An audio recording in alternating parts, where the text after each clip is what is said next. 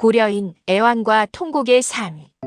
흔히 중국에 거주하는 중국 국적의 우리 동포들을 일컬어 조선족이라고 부르는 반면 러시아와 우크라이나, 카자흐스탄, 우즈베키스탄, 키르기즈스탄 등 구소련 지역에 거주하는 러시아 국적 등의 우리 동포들을 고려인, 고려사람이라 부른다. 시기적으로는 1863년부터 1945년 시기에 농업이민, 항일 독립운동, 일제의 강제징용 등으로 러시아로 이주하게 된 동포들과 그 후손들을 말한다. 냉전 시대에는 조선인으로 불렸으나 1988년 전소련 고려인협회가 결성되면서 고려인이라는 명칭을 처음 사용하였으며 1993년 모스크바에서 열린 소련 조선인 대표자 회의에서 정식으로 소련에 거주하는 조선인의 명칭을 고려인이라고 부르기로 결정하였다. 러시아인들은 이들을 까레이스키, 까레이치라고 부른다. 현재 구소련 지역 즉 러시아와 중앙아시아 5개국, 우크라이나, 백러시아 등지에 거주하는 우리 고려인 동포들은 약 55만 명에 이른다.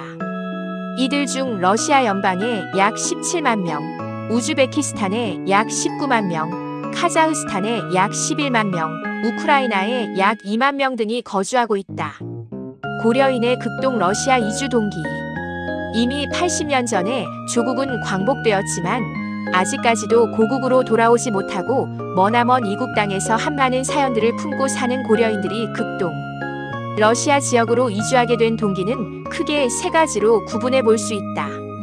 첫째는 조선 후기인 구한말 탐관 오리들의 약탈과 착취를 피해 새로운 삶의 터전을 찾아 국경을 넘어 러시아 연해주, 즉 프리모르스키 크라이로 이주하였다.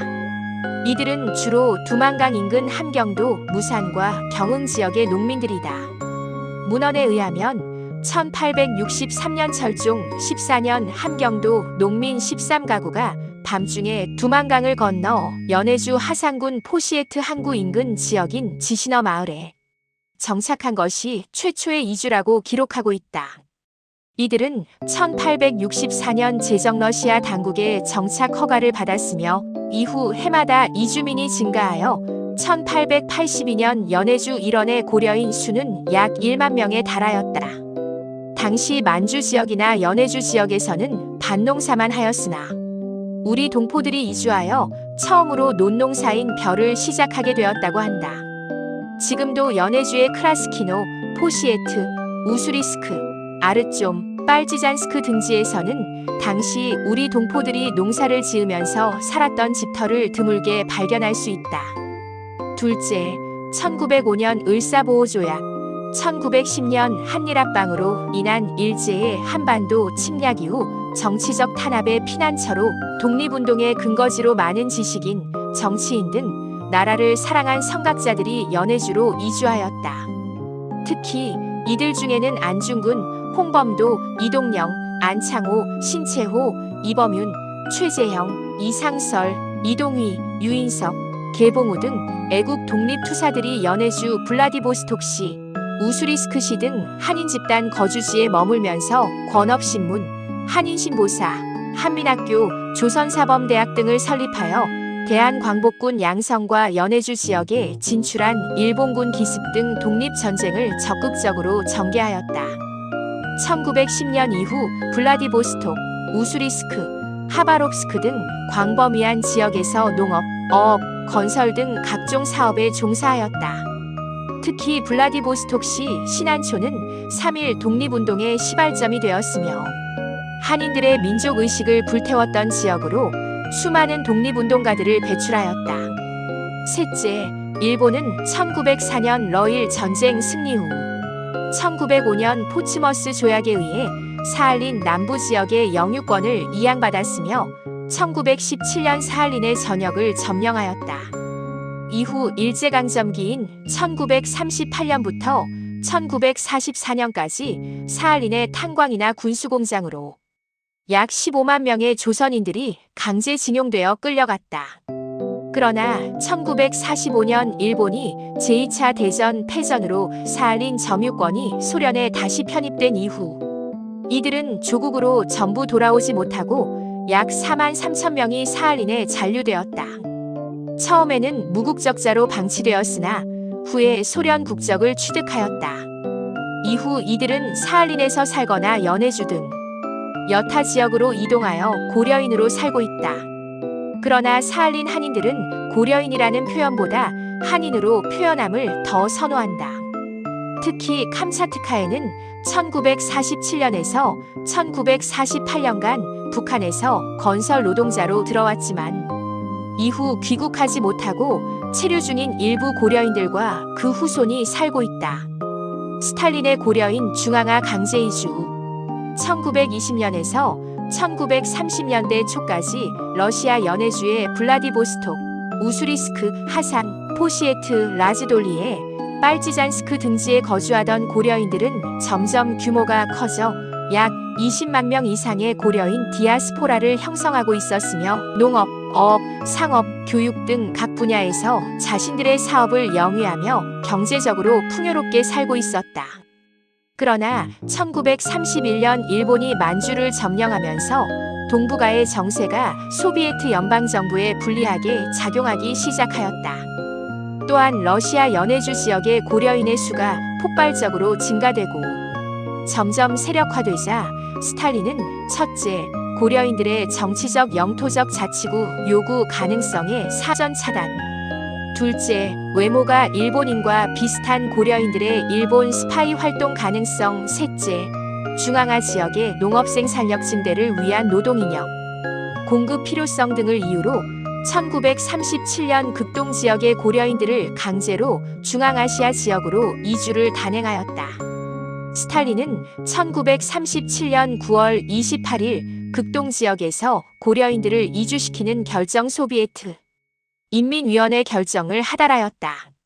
이에 따라 1937년 12월까지 극동 지역의 고려인 약 17만 2천 명 3만 6,442가구를 블라디보스톡시 인근 라즈돌리에역에서 열차편으로 124번에 걸쳐 척박한 땅 중앙아시아 카자흐스탄 우슈토베로 강제 이주되었다.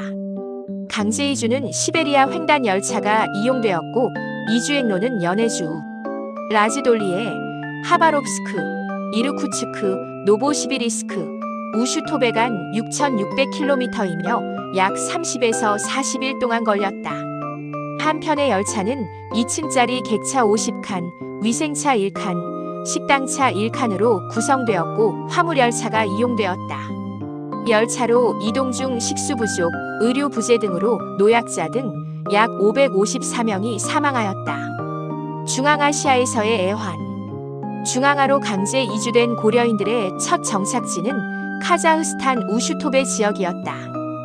1937년 겨울부터 1938년 4월까지 고려인들은 메마른 우슈토베 지역의 허허벌판에서 토굴과 움막을 짓고 차디찬 겨울을 견디었다.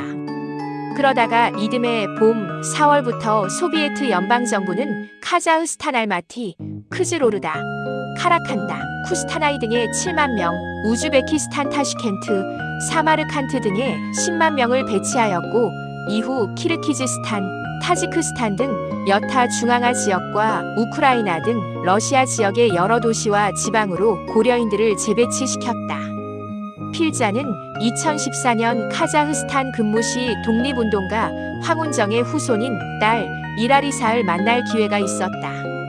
그녀에 의하면 황운정 선생은 함경도 출생으로 김인현 독립운동에 참가하였으며 1920년 조선 독립군 부대에서 일본 정규군과 전투하였다. 이후 1937년 스탈린에 의해 카자흐스탄으로 강제 이주되어 카라칸다 정치범 수용소에 수감되어 갖은 고문과 취조를 받은 후 1938년 복권되어 알마티에서 살다가 1989년 돌아가셨다. 황운정 선생은 우리 정부로부터 2005년 8월 15일 독립운동에 참여한 공적으로 건국 훈장 애족장을 수여받았다.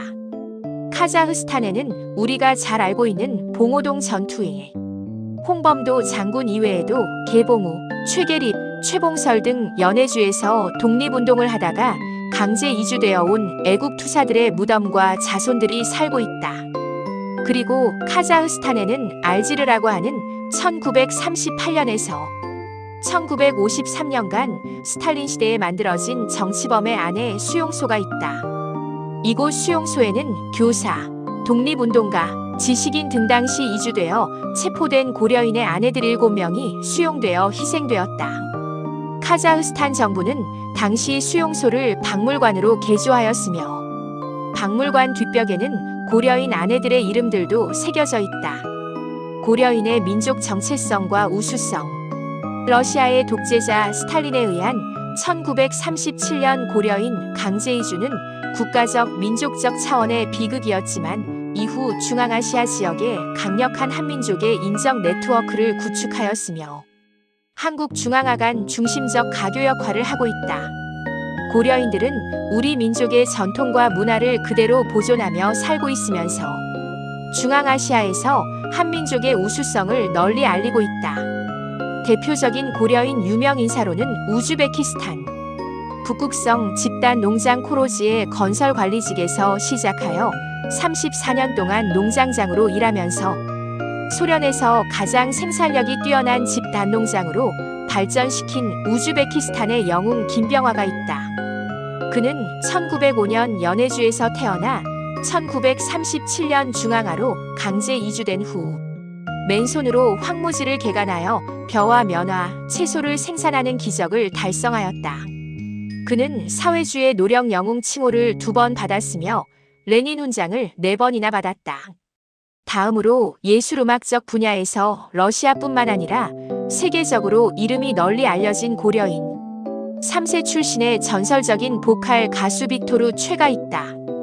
그는 연해주에서 카자흐스탄으로 이주된 한북도 출신의 최승준의 손자로 고려인 아버지 최동열과 우크라이나계 어머니 사이 상트페테르부르크에서 태어났다. 그는 구소련 공산주의 시절인 1980년대 후반의 반체제적이고 사회 비판을 담은 노래로 소련의 젊은이들에게 개혁과 개방을 자각하게 만든 가수였다. 그는 키노라는 록밴드를 결성하였으며 자유를 갈구하는 영혼의 락가수로 러시아 젊은이들의 우상이며 러시아의 봄을 찾아오게 한 가수였다. 애석하게도 이 천재 가수는 1990년 라트비아의 수도 리가에서 낚시 여행을 가다 버스와 충돌해 28세의 나이에 사망하였다. 일설에는 당시 러시아의 페레스트로이카 개혁과 글라스노스트 개방을 반대하는 KGB에 의해 암살되었다는 의혹이 있다. 아직도 모스크바 아르바트 거리의 단벽 일명 초이 벽과 빼제르부르크 빅토르 초이 무덤가에는 러시아 젊은이들이 그를 숭배하고 흠모하며 그의 노래를 부르고 있다.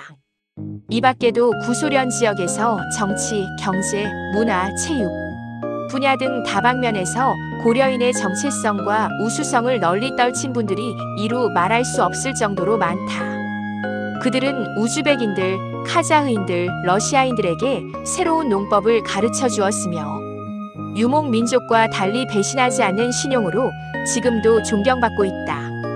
또한 고려인들은 스탈린의 소수민족 문화, 말살 정책에도 불구하고 지금까지 설과 추석에 제사를 지내며 조상들을 숭배하고 고사리, 명태, 미역, 김치와 국수 등 한국 요리의 식습관을 보존하면서 가정에서는 한국어를 사용하는 등 우리 민족의 정체성을 유지하고 있다. 사할린 한인들은 우리 민족의 정체성 유지를 위해 새고려신문, 한인문화센터, 우리말 방송국 등을 운영하고 있다. 정책 제언. 우리 정부는 2020년 제정한 사할린 동포 지원에 관한 특별법을 근거로 사할린 동포들의 국내 영주 귀국을 꾸준히 지원 중이다. 그러나 이것으로만은 부족하다. 오랜 기간 동안 나라 없는 서러움과 통곡의 삶을 살아온 제러 고려인 전체에 대해 국적부여 및 국내 정착 등을 지원해야 한다. 이를 위해 재외동포청은 제러 고려인들 뿐만 아니라 제1, 제2, 제 남미 등 나라가 힘들고 어려운 시기에 이역 만리 해외로 이주하여 살고 있는 우리 동포들에 대한 체계적인 지원과 관리가 절실히 필요하다.